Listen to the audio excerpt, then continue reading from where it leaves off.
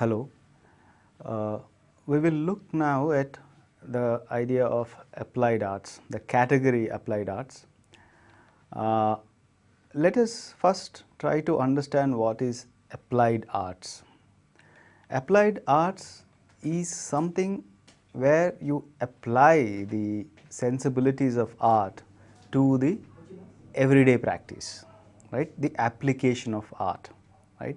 So, in this sense, whatever images, objects, designs that one produces, which would serve a purpose, which would serve a function, which would not only kind of serve as a isolated art only for the sake of experience or for the sake of visual pleasure.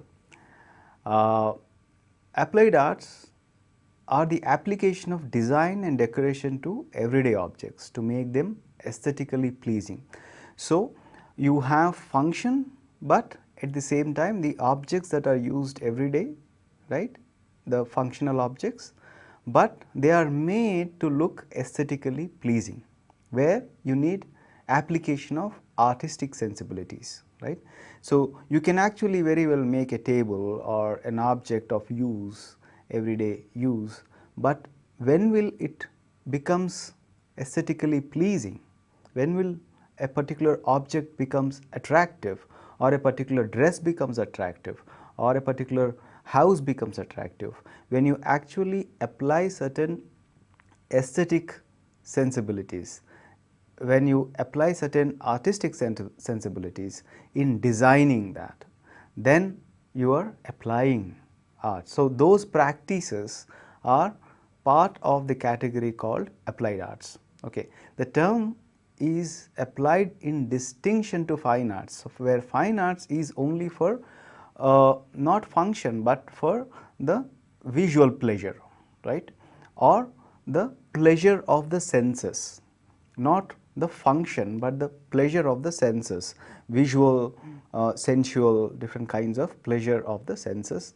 But the term applied is distinct from the fine arts, which aims to produce objects which are beautiful or provide intellectual stimulation. Like fine arts are objects which are beautiful and provide intellectual stimulation or the aesthetic stimulation.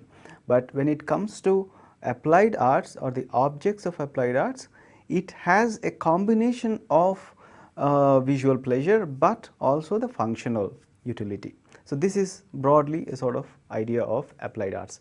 So, when it comes to applied arts and what kind of practices and streams you have in applied arts, particularly if you look at as a conscious practice, emerges in the 19th century, when you have a height of industrialization happening, when you have excess amount of goods produced, when you needed advertisements, when you needed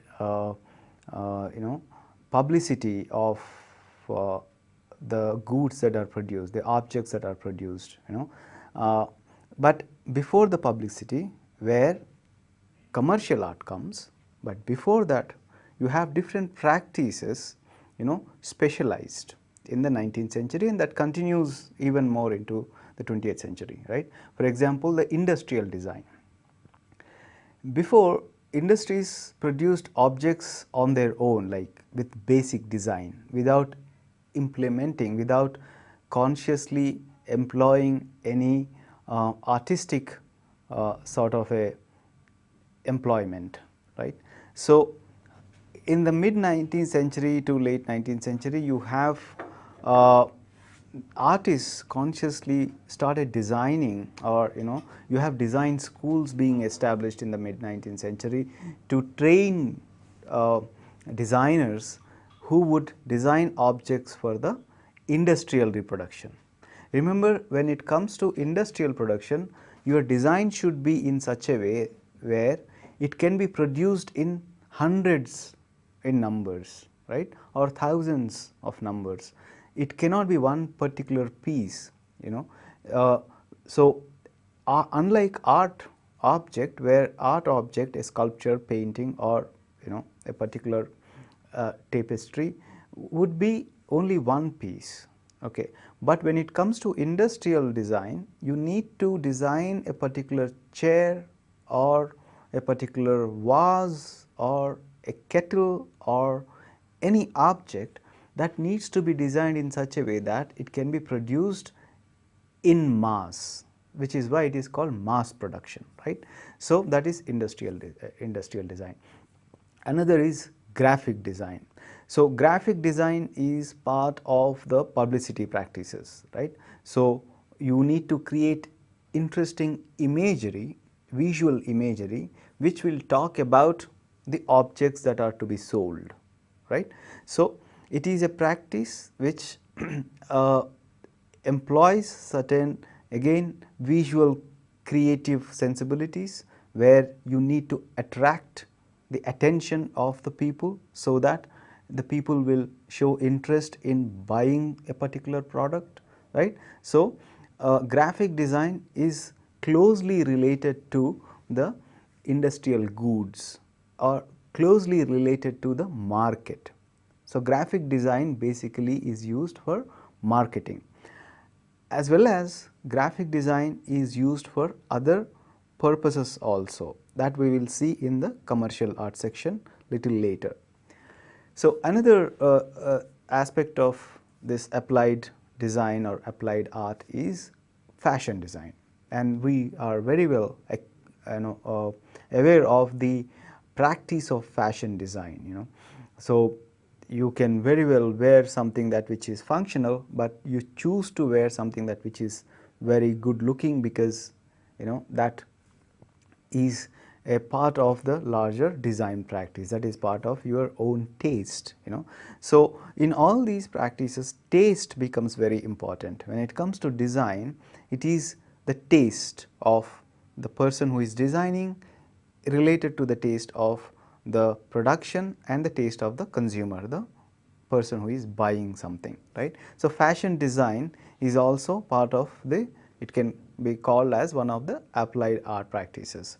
Another is interior design, which is similar to fashion design in terms of practice, where you can have a room, but you can have a very good looking room. So, you design that room, right. So, you use different aspects, like color harmony, like different design elements and different principles of design, like combination of colors to combination of materials, different kinds of materials like maybe glass, wood, or aluminum, or other kind of ceramic, or different kinds of materials, and you can choose what combination works better, right. So, this choice and this idea of practicing this choice is part of the art in the applied context, right. You are applying those sensibilities.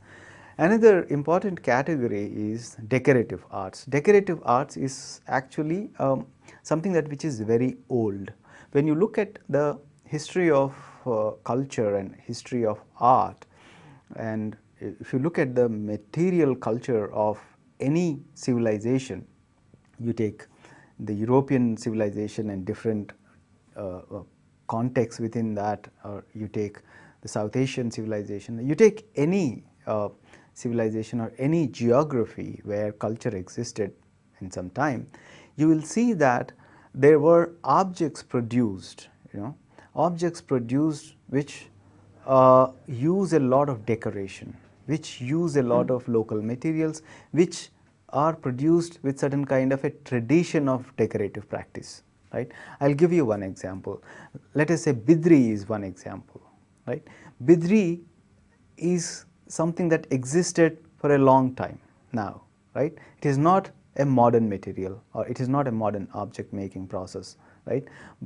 And filigree is another thing, right. So, you have several other practices like that. You have terracotta practice, where you have different kinds of pots are made. You have brass vessels, you have different kinds of objects, gold ornaments and other ornaments. So, all these objects, all these practices fall under the category called decorative arts, and these objects were of use value. These objects are used, right? Gold ornaments are used, filigree is used, brass vessels are used, and different kinds of objects, whether it is very ornamented table or Nirmal furniture, for example, different kind of furniture designs. So all these are part of the category called decorative arts, and they follow a sensibility, they follow a certain kind of an aesthetic sensibility which are traditionally followed, which are traditionally established through practice, which is different from the industrial design. In the context of industrial design, you are producing a design for the reproduction. But when it comes to decorative arts are traditionally produced. They are not produced by machines, they are produced by craftsmen, the artisans, by hand, not by machine. So each object is produced by the artisan in a unique manner. Each object is produced by the hands of the craftsman, not by the machine. A carpenter makes hundreds of chairs, but he makes by his own hand. He carves it, he colors it, and he polishes it. So all that is done by the carpenter and the artisan himself, right? So this is the practice of decorative arts, which is different from the industrial design, where the industrial design you design one object and that can be reproduced 100 times, right? So this is the distinction. Now let us look at the commercial art. The focus of this discussion is commercial art. Commercial art is related to the publicity practices largely, publicity as well as communication practices. Why it is communication? Because you make an image to communicate with the larger crowd, or you make a particular visiting card or a letterhead or a poster or a book cover. So all these practices, a book cover, a poster, a billboard, a hoarding, a banner, a letter pad, a letterhead pad, an envelope maybe, and a visiting card, all these practices, all these objects which are part of the communicative network, right. So the images and the objects produced in this network is related to the category called commercial art. So before going into the different types of objects, different kinds of objects, let us look at a brief list of the materials. What you need is poster colors. I mean, these materials are something that are used conventionally before the introduction of computers and the Photoshop and the other softwares, digital softwares, right, before the digital era. What you have is poster colors, Indian ink, croquil nibs. Croquil nibs are replaced by the rotary pen nowadays, rotary pen, fine brushes, drawing sheets, ivory card, and mount board. These are some of the basic materials for the creation of different objects of commercial art. So, and what all can you produce? So we can have a list of them and a few examples. Illustration. The slide that you see next is illustration, and this is by Jesse Willox Smith. This is an illustration which can be used part of the story, right? Or this is an illustration which could be used in the magazine. Okay, so here the way the illustration is produced is very naturalistic, right? The light is falling naturally, and you have the expression on the face of the child. She is studying a book, and you have the bed. Everything looks realistic, right? So this is one type of illustration where you need a lot of skill to produce this kind of a illustration, right, which would give you a realistic feel. Another illustration in the next slide you see is very graphic, black and white and simple, right. It is done with black line, like with a pen, and this is of course the White Rabbit from Alice in Wonderland by Jean Tenniel. So what you see is it is not realistic in the sense the earlier illustration. It is of course realistic in its own right.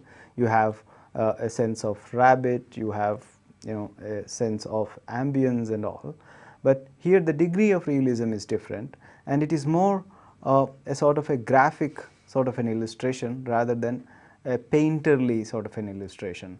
This is more suggestive, right? So this is another type of illustration where it is monochromatic. It is not like a painting, but it is more simple, monochromatic, and it also is part of the story that you are reading maybe. So this is another kind of illustration, right? So the third illustration in the next slide you see is something like this, which is more photographic, right? This is different. So the point is you have different kinds of illustration, different ways of doing illustration. So you have seen one very painterly looking illustration, right, very realistic. Another is more graphic, right, not very realistic, but it is also realistic in a more graphic manner, and not with all its effects. This is another which is more photographic. It looks like a photograph, right, but it is painted. It looks like a photograph, and so what you see is the difference in the usage also, right. So maybe this is not part of the story, but this is about the car itself, right. So it is about the details of the car, so the interior structure of the car, right. So this is more closely for the publicity of the car, right. So it is not about anything that you hear or a story that you attach with it, but the story here is about the car itself, right. And you may have details added above and below, and it can go inside a magazine or a billboard or a poster, right. So you can use it for different purposes. But the earlier illustration, for example the rabbit, it would not be able to, you cannot use it, for example, in the hoarding, in the billboard, right. So the illustrations that you have something like this, it has a wider sort of usability, right. So each space would have its own demand, would have its own possibility of creating a particular kind of illustration, right. So this is about illustration.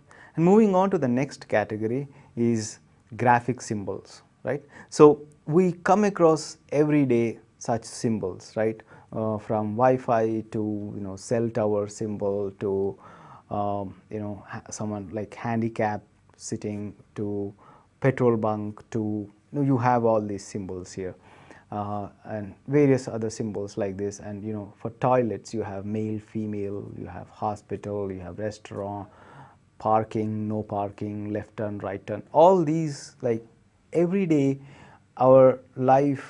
in our life we encounter these symbols, and when we look at these symbols we know what they mean, right. So they are cryptic, they are graphic, they are not elaborate illustrations, right. When you look at a P, or when you look at a P with cross, you know that it is no parking, right. When you look at the icon of the petrol machine, you know that there is a petrol bunk nearby. Or when you look at this bed with a human being on it, you know that. So what they do in our daily life is they sort of compress a larger story, compress a larger meaning, a bigger meaning into simple sort of symbol. That is the power of these graphic symbols, right. They are very cryptic and they are very graphic. When you look at that plus, you know that it is something to do with hospital or a clinic or a medical shop, right. So the power of these graphic symbols are expanded, are kind of enormous in our everyday life, right. And we have number of such symbols, And other kind of symbols are things like this, and this is the emblem of government of Telangana, right? And you have several such examples you can use. You can take Indian flag, or you can take the three lion, the lion symbol, or you can take any such examples. What you see here is, it is not just limited to the image that you see, the sphere, the circle. You have government of Telangana, you have the Kakatiya Torana, you have the lion symbol, you have Charminar, but they all come together and make something else, and that is the story of these icons and symbols and emblems, right? And this is part of the applied art practice, by the way. This is part of the commercial art practice, because these are all participating in the everyday communication, right? And these are all part of the exchange of information, right? And these are all not having any kind of a aesthetic experiential possibility, but they are all a matter of information and symbolic information, right? So graphic symbols are really very powerful in that sense. And practice is the graphic design, right? So we have seen graphic symbols, but graphic design is also very sort of an important practice. And this category, I mean, this sort of a name called graphic design, it is something that which connects many practices actually. If you look at, for example, look at this slide on your screen where you have an aeroplane. It's a Boeing American aeroplane, and what you see here, you have an entire design in front of you, right? You have the cyan forms, right? The bluish color that you see is basically cyan. So and then you have the lettering, the United States of America, written in Caslan font, Caslan lettering, and you have that flag of America, right? And so all these were basically designed by different people at different points of time. The letters were designed by Caslan, the flag was designed by someone else, the cyan, this forms was introduced by someone else, right? But a designer, the designer here is Raymond Loewy. Raymond Loewy is actually combining all these onto the body of the Boeing, onto the body of this aeroplane, right? So this is designing. You can have different elements, but in what way you combine them is something that which is called graphic design, right? You don't create them always, but you use existing sort of forms, and the combination is very important. The combination is something that which is related to the idea of creativity. So how creatively and how interestingly, and they should be visually appealing, right? That is important. It should have a visual appeal. It should look visually good, right? So this is the practice of graphic design, and it is not about the artistic originality, but it is about this particular creativity of combination, right? So moving on to the other example, where something like poster, where you have graphic design coming together, but also a particular form, right, of advertisement and publicity. This is a very famous poster, of this famous film called Mother India, right? So how is the poster designed? Right in the front, right in the foreground, you have the protagonist, the female protagonist is shown. Nargis is holding the plough and she is pulling, right? And it goes very well with the image Mother India, or the text Mother India, right? The suffering mother, and the idea of nation, the image of mother and the image of this female figure, they all come together, right? And at the background you have a sort of a landscape with cows and bulls, right? so which kind of relates with what the figure in the front is doing, right. So it is very iconic in the sense you have the figure right in front of you as a very strong image, and this strong image captures or captured, at least at that point of time, the patriotic zeal, the patriotic inspiration of the times, right. So this is a powerful image, right. So this is another kind of design practice, graphic design. So how do you place the image? How do you make it more powerful, impactful? Because remember, this is a film and you should have more people coming to watch the film. That is the idea of the poster, right. The poster, different from illustration, illustration is something that which correlates the text, correlates the story, but poster is something which should create a sense of interest, which should attract your attention to sort of go for it, or go for the film, or buy that car, or buy that object, or buy that product, right. So the poster should create a sort of a curiosity, right, and this particular poster has this intense sense of curiosity that can create for the audience, for the people, and that leads to going to the film. So it is commercially inclined, but also the creativity is very interesting when it comes to poster designing. Let's move to the other poster, which is not a film poster, but which is the poster for tourism, let us say, where this is late 19th century, where tourism was still largely conducted through sea, the international tourism, and steamers and big ships were the vehicles, right, and you can see it here. You have a lady, a bourgeois looking lady holding this huge steamer, and you have the sea behind her, right, and she is smiling and she is happy, right.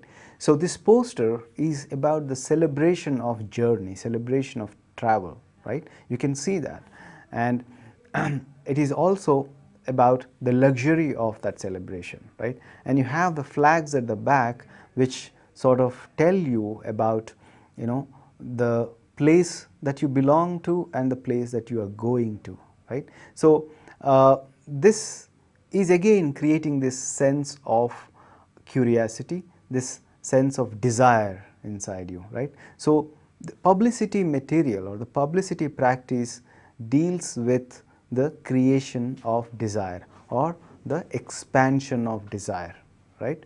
So this is one of the examples, and we can have a range of examples like that. Now this is an ad for Selecto.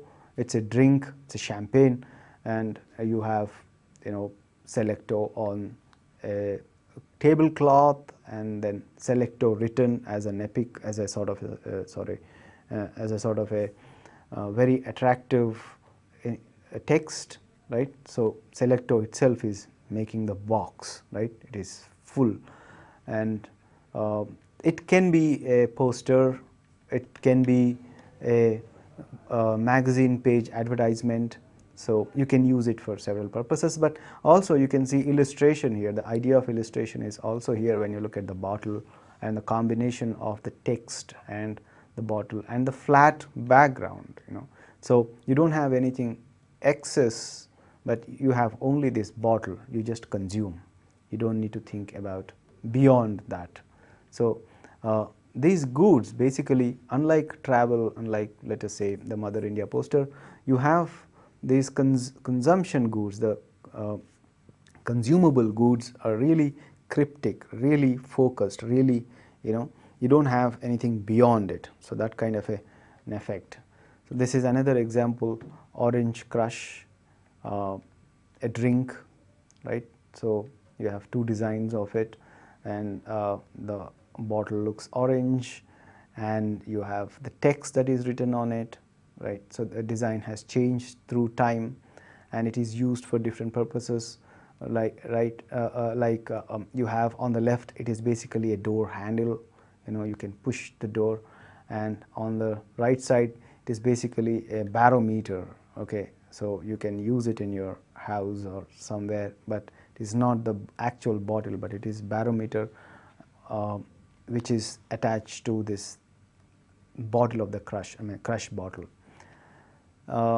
Another example is this very interesting poster, Coca-Cola poster by Steve Wilson, right? It's a very celebratory sort of a poster, right? The red, dominant red background, and as if everything is coming out of this bottle of the Coke, and it is spreading the entire space. It's a very interesting poster. It can be a poster largely, or a magazine illustration.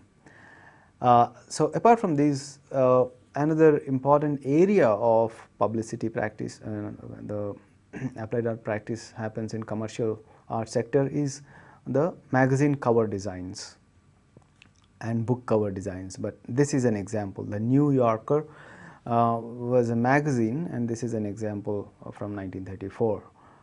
So this text is very epic, and New Yorker maintained this particular kind of a design logic where you have the text, the name on the top, and consistently this has been the design where, and you have sometimes photographs, but mostly these are illustrated paintings of people, of streets, of different kinds of scenes of New York itself. So all these images that you see on the cover pages of New Yorker, you will see the images related to the New York City itself, right?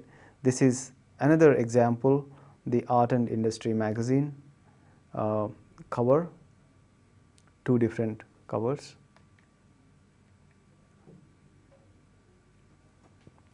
Yeah, this is Art and Industry a magazine cover, and you can see two different kinds of designs. So what is different from a poster and a magazine cover is a poster should attract your attention, should create a curiosity, right? And a poster can have the amount of information which you can get, which you can read in the time that you have, right? So maybe you are walking in the street, and when you look at a poster, you cannot spend a lot of time to read that poster. So it should be composed in such a way that it will give its information in that small duration of time, right? When it comes to something like this, which is a cover design, where you can have a more intense, more engaging sort of a design, where one can spend more time looking at it in terms of image and text. You can look at image and see how it is drawn or what kind of image it is, and then look at the text and the other information, because you are not walking when you are reading, you are sitting, you have more time, right? So it is different. Same is with the magazine cover or magazine page designs, magazine page advertisement. So the slide that you have in front of you is something like that, which is advertisement of a car, 1966, right? So you have the photograph of the car, and then you have the text. You have elaborate text here. It's about the car, the history of the car, and the greatness of the car, and why you should have it, and different other specificities or specifications of the car, right? So you have a lot of information, right, which you may not have in the poster. When you look at the poster or a billboard of the car, you will see only the car and the basic information, or maybe a tagline, right, or maybe a caption, a very attractive caption. But when it comes to the magazine cover advertisement, you can give a lot of information, more details, more specifications, because the time is different. The amount of time one can spend is more than a poster or a billboard, right? So these, moving on to the next example is the labels. So posters, billboards, then you have labels. Labels for various other things. I mean, labels for soap cover, labels for matchboxes, labels for different kinds of things. And this is an example of apples, right? Um, California apples, and yeah, you have apples in the front, and you have, so it's more about nature, right? What you have in front is these two apples and the text, and then the divine girl. So this girl is divine, and who seems to have brought these apples, and you have this ambience at the back which is nature, and the boys are playing in this water in the nature. So it's more pure, more divine, and more close to nature, right? So all these meanings could be seen embedded in this, and you have the related information, the organization which sells, the organization which packs, and the other information that which one needs to have. This is another example, packing label of same, but this is very different. This doesn't have all that narrative, but there is a connection that it has between the text, the name, handsome, and the hand and the orange. So the handsome connects with the image of the hand, and so the fullness of the hand and the orange that fits in the hand. So it is complete in itself. It doesn't need any other narrative like a landscape or a figure. So after posters, labels, and different kinds of practices, let us look at billboards. And billboards are everywhere in the cities nowadays, and you can see when you go out, you can see a lot of billboards of different kinds of advertisements, that may be MRF tires, cars, mobiles, or computers, or garments, or whatever. This is an example of food. This is Wendy's burger, and what you see here is burger in its big photograph, right? It's a huge burger on the billboard. It's a huge billboard. Billboards are huge, right? They are outside on the road. When you look, when you travel, when you move from one place to another, you can actually look at them. And what you see here is this huge burger that occupies the central space, right? It is very dominant in the entire image, and it attracts your eye. It hits your eye directly, right? And you know what it is. It is food, and you have Wendy's next to it. So it is very automatic, and it is very fast, because when you are in the car, when you are on the motorcycle, or when you are walking and you are moving, you are not having time so much to read what it is. The image and the text should have such an impact, and the combination should be so that it gives the information within few seconds, right? So you can see here one big image of the burger, a very clear graphic photographic image, and the Wendy's. So you can see, your eye can see it from a distance, right? So this is the logic of billboard, a very catchy image and a very catchy tagline or the caption, which is different from, let us say, poster or the other advertising materials. So this is another example of billboard. Light smarter, pay less. It's about CFL and the, so it is very less in information. You have the bulb in the center, CFL bulb, light smarter, pay less. So that's enough. I mean, it conveys it. You know what it means, right? You don't need to have a lot of information. You just know. And another point one needs to note when we look at these things is, when you look at these billboards, you know that you can see them also in the magazines, also in the TV or everywhere, because these are ubiquitous images. These are everywhere, right? So the composition of the design of the billboards should be like crisp, shorter, and very catchy, right? Next image is from India, where you have another billboards. This is about the phone, and you can see the size, you can see the information, it's same. You have the information of the company, you have the phone, and you have the people who are using it and why it is important. This is famous, you should buy this because this phone has a big megapixel or huge camera. It's a very great camera, which is why instead of talking, these female figures that you have, they are basically taking photographs and maybe selfies, right? So it's very clear why this phone is good for and why you should buy it, right? So these are billboards, and nowadays the slide that is on your screen now is of digital billboards, right? And nowadays you have digital billboards very are coming into practice and expanding their range, and this is from New York actually, but we also have in the cities, not very extensively, but they are also being used and designed for advertisements. So the same logic, but digital or billboards are more attractive.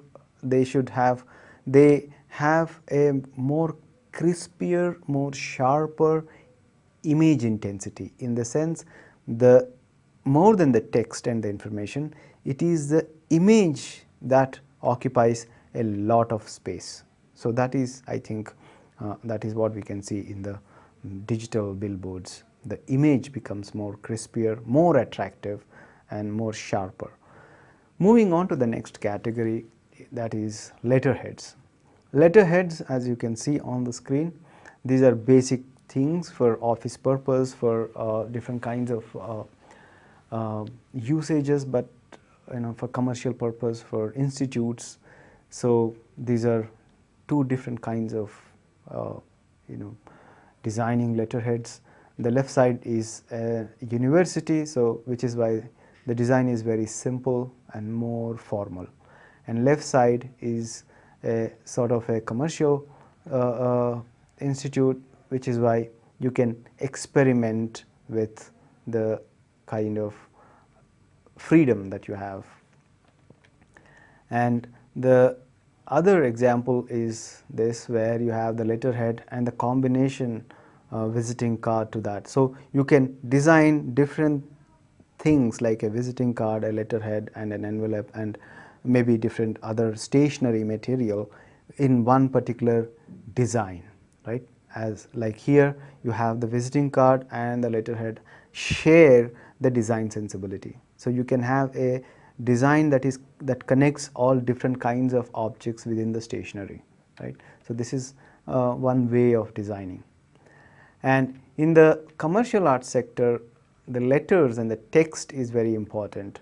So conventionally these letters are created by using brush and by using croquill nib and Indian ink on ivory card. And so the slide that you have on your screen is one particular style or one particular font called Gothic, Old English Gothic in uppercase. And so this is an example. The font is used for different texts. And the next slide is another example of English font, Old English font, again Gothic, but from England. Another is Roman font, right? And nowadays all these are available in computer, so we are not using hands to produce these images. Nowadays everything is digitally produced.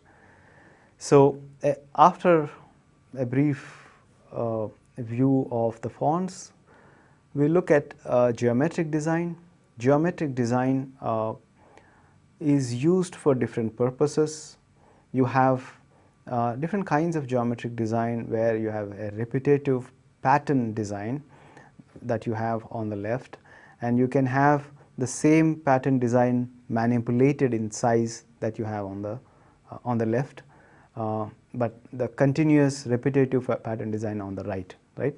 So what you see is one particular motif, it is repeated throughout the pattern, but you can change the color, right. Very vibrant, very beautiful colors are used here.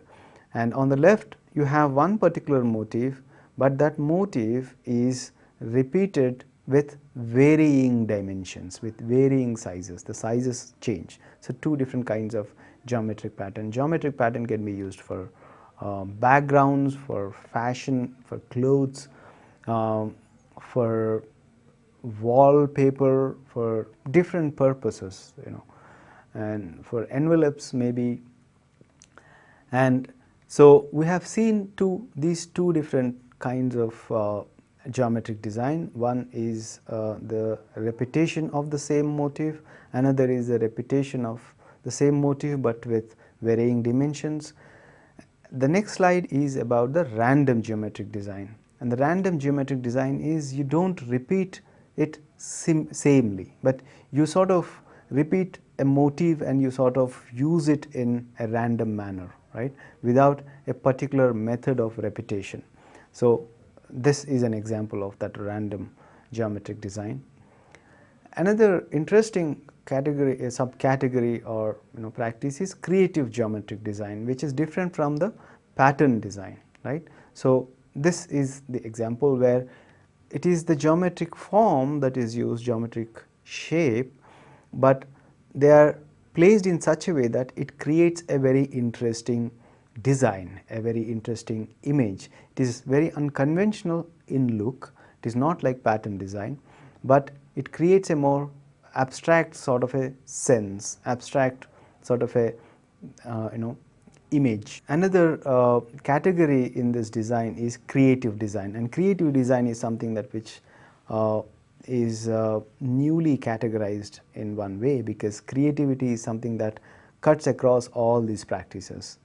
All these images that we have seen are part of the larger creative engagement, creative design.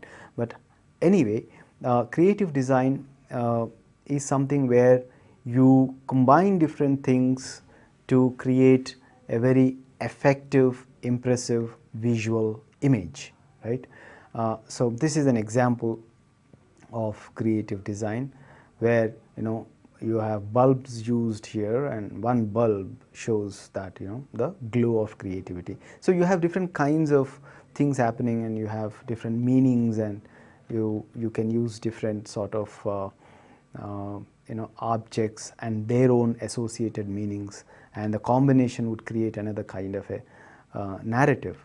So the next is another example of creative design. You see here there is a box, and from the box you have different things are coming out. You have birds and a horse is coming out, and these are basically paper objects, like paper made. The horse is made out of paper, and the birds are made out of paper.